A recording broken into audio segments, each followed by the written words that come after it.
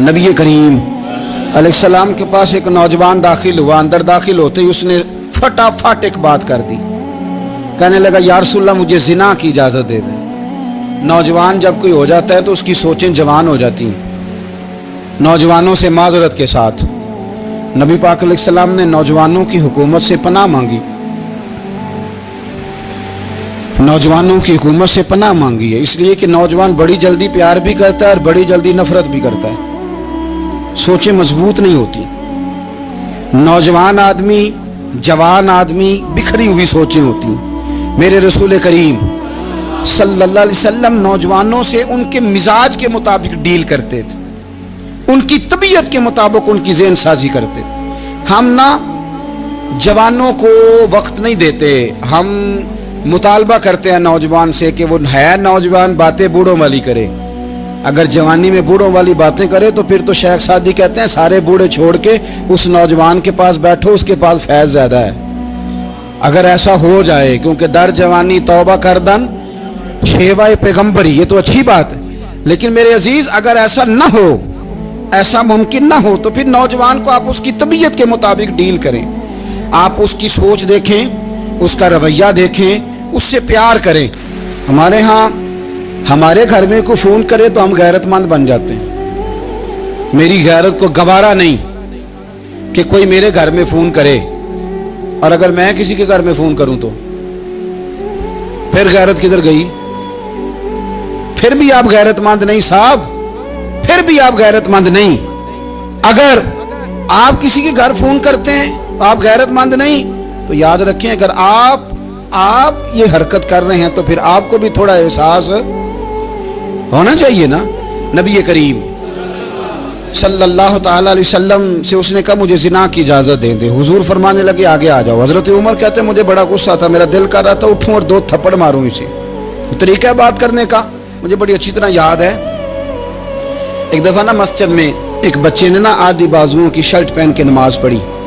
ایک بابا جی نے ان کو نا منع کیا, کہنے پورا کپڑے پا کے آیا کر, پتہ نہیں تمہیں. وہ کہنے لگا, بچہ کہنے لگا نماز ہو جاتی ہے, بازو آپ فولڈ کر کے ایسے کر کے بڑے بازو فولڈ کر کے پڑھیں گے تو کراہت ہے, لیکن ویسے بھی آدھے بازو والی شرٹ میں نماز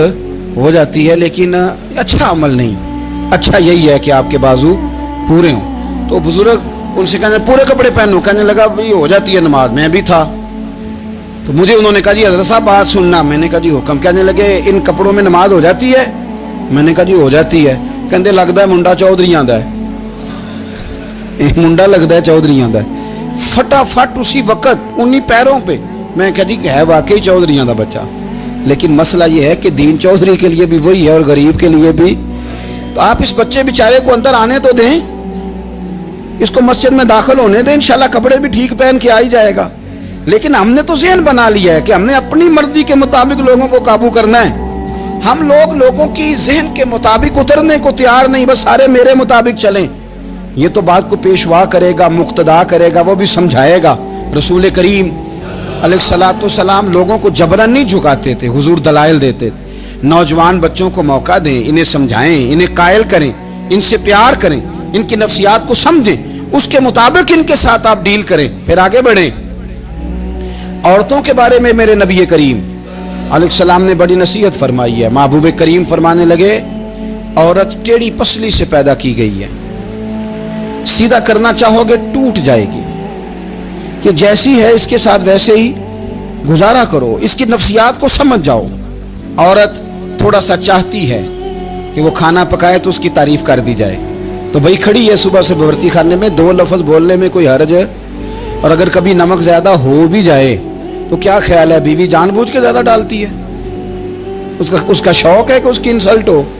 ہمارا رویہ اتنا سخت ہوتا ہے, بعض اوقات اتنا تکلیف دہ ہوتا ہے کہ اس سے جذبات کو ٹھیس پہنچتی ہے, مزاج میں خرابی آتی ہے. تھوڑی تعریف دیکھیں, عورت چاہتی ہے تھوڑا سا کہ میرے خاندان والے, میرے سسرال والے میری تھوڑی عزت کریں. تو وہ اگر سارا کچھ چھوڑ چھاڑ کے آ گئی ہے, تو جس طرح ہم اپنی بیٹی کے لیے ذہن رکھتے ہیں عزت کا, اگر تھوڑا اس کے لیے بھی بنا لیں گے تو میرا خیال ہے کوئی حرج والی بات. ہم نہ لوگوں کا خیال رکھنے کی بجائے لوگوں کو چڑھاتے ہیں. ناراض تو نہیں ہو جائیں گے آپ؟ نہیں رہن دینے لگتا ہے تو ہو جانا ہے بھائی چڑھاتے ہیں لوگ کسی نے کہہ دیا نا کہ یہ میرے گھر نہ آئے آج کے بعد باپ نے بیٹے کو کہہ دیا یہ تیرے رشتہ دار نہ آئے وہ کہتا تو سویرے ضرور آئی دیکھاں گا تینوں کڑا ڈکدا ہے آنا صبح وہ کسی نے کہہ دیا نا اس گلی سے نہ گزرنا کہنا میں ابھی گزروں گا تو دیکھ لے جو تو نے کرنا ہے ہم لوگوں کی نفسیات کے بلکہ پتہ چل جائے نا فلانے کو فلان چیز بری لگتی اس کو لوگ زبردستی کرتے ہیں چڑھاتے ہیں نفرتیں پیدا کرتے ہیں اس کے اندر غرور لاتے ہیں مزاج کے اندر چڑچڑاپن پیدا کر دی یہ کام نہ کریں آپ اپنے لیے کیا گراؤنڈ بنا رہے ہیں کہ لوگ آپ سے نفرت کریں لوگ تکلیف دیں آپ کو یہ نوجوان بچے کسی نے ہارن دے دیا گاڑی کا تو آپ اس نے گاڑی پیچھے کرنی نہیں وہ ماں بدولت کو ہارن بجا دیا ہے یہ مہذب قوموں کا یہ رویہ نہیں ہوتا یہ تو وہ قومیں ہیں جو مطلب بڑی تنگ ہیں اپنے آپ سے یہ بڑے آوازار لوگ ہیں ٹھنڈے رہیں میٹھے رہیں پیار کریں دوسروں کے جذبات کا احساس کریں نبی کریم صلی اللہ تعالیٰ علیہ وسلم نے ایک دن حضرت عائشہ صدیقہ سے کہا عائشہ تیرے ساتھ ایک بات نہ کروں حضور کریں فرمایا جب تو ناراض ہوتی ہے تب بھی مجھے پتہ چل جاتا ہے اور جب تو راضی ہوتی ہے تب بھی مجھے خبر ہو جاتی ہے اتنا دھیان رکھتے ہیں خامن گھر میں کہ اب اس کی پوزیشن کیا ہے اور اب یہ کیا سوچتی ہے اور کس بات پہ اس کو جو ہے وہ ناراضگی ہوتی ہے مجھے جب تو راضی ہوتی ہے تب بھی پتہ ہوتا ہے ناراض تو حضرت عائشہ کہتی ہے نہیں حضور ایسی تو بات ہی کوئی نہیں آپ بتائیں تو حضور فرمانے لگے جب میں کسی اور زوجہ کے پاس تھوڑا وقت گزار لیتا ہوں زیادہ اور جب میں آتا ہوں تو ناراض ہوتی ہے یا رسول اللہ آپ کو کیسے پتا فرمایا بتاؤں حضور بتائیں فرمایا اس وقت جب تو قسم اٹھاتی ہے تو کہتی ہے لا و رب ابراہیم مجھے ابراہیم کے رب کی قسم اور جب تو مجھ سے راضی ہوتی ہے تو کہتی ہے لا و رب محمد مجھے محمد کے رب کی قسم تو پھر حضرت ابراہیم کا نام لے لے کے حضرت عائشہ کہنے لگی محبوبہ قربان جاؤں بات بالکل ٹھیک ہے ایسے ہی ہے یا رسول اللہ بالکل ایسے ہی ہے جب تھوڑی خفگی ہوتی ہے تو میں یہ کام تو حضور تو لوگوں کے مزاج کا خیال کرتے تھے نبی کریم کو تو پتہ ہوتا تھا لیکن ماں بدولت کہتے ہیں سارے میری مرضی کے مطابق چلیں ہاں میں نے زندگی میں یہ تجربہ بھی کیا ہے کہ آپ لوگوں کا خیال رکھنے لگ جاتے ہیں تو لوگ خراب بھی ہو جاتے ہیں اس میں کوئی شک نہیں وہ سمجھتے ہیں شاید میری ضرورت بڑی ہے نہ یہ بات نہیں بھائی بات کچھ اور ہے حضور نے بلایا پاس بٹھایا تھپکی دی فرمایا ایک بات تو بتا تیرے سوال کا جواب پھر دیتا ہوں ایک بات تو بتا یا رسول اللہ صلی اللہ تعالی وسلم ارشاد فرمائیے حضور فرمانے لگے تو پسند کرتا ہے کہ تیری بہن کے ساتھ کوئی زنا کرے پسند کرتا ہے تو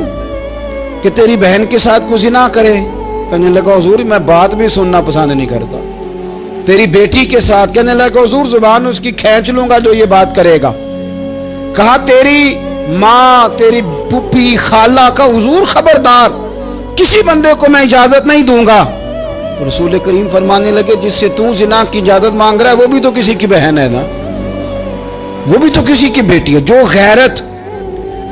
جو حمیت تجھے اپنے گھر کے بارے میں آتی ہے وہ دوسرے کے بارے میں کیوں نہیں آتی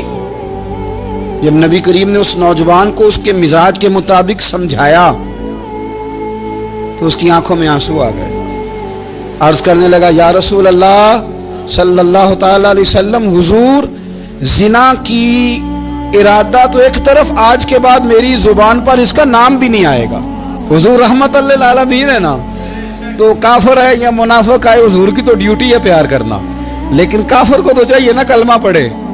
منافق کو تو چاہیے نا مومن بنے او بھائی میں نے کہا وہ بزرگ ہیں ان کی ذمہ داری ہی پیار کرنا ہے وہ جو بھی جائے گا اس سے لیکن تو بتا تو نے پیار میں سے سیکھا کیا ہے لیا کیا ہے تیرے اوپر اثر کیا ہے پیار کرنا شفقت کرنا اور ہے یہ جملہ میرا یاد رکھنا پیار کرنا کسی سے اور ہے اور اس سے راضی رہنا یہ بات اور ہے کسی پر شفقت کرنا اور ہے اور اس بندے سے راضی رہنا یہ آپ دیکھیں کہ وہ راضی ہے آپ سے کہ نہیں کہ خالی پیار ہے خالی شفقت ہے شفقت تو مجبوری ہے کرنی ہے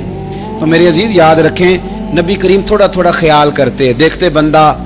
اس کے مزاج کے مطابق دیہاتی آتا تو حضور اس کا بھی خیال کرتے میرے رسول پاک علیہ السلام تو دیکھتے کون شخص کس طرح کا ہے کس رویے کا ہے کس انداز کا ہے اس کو اس کے مطابق عزت دیتے وقار دیتے نواز دیتے اس شخص کا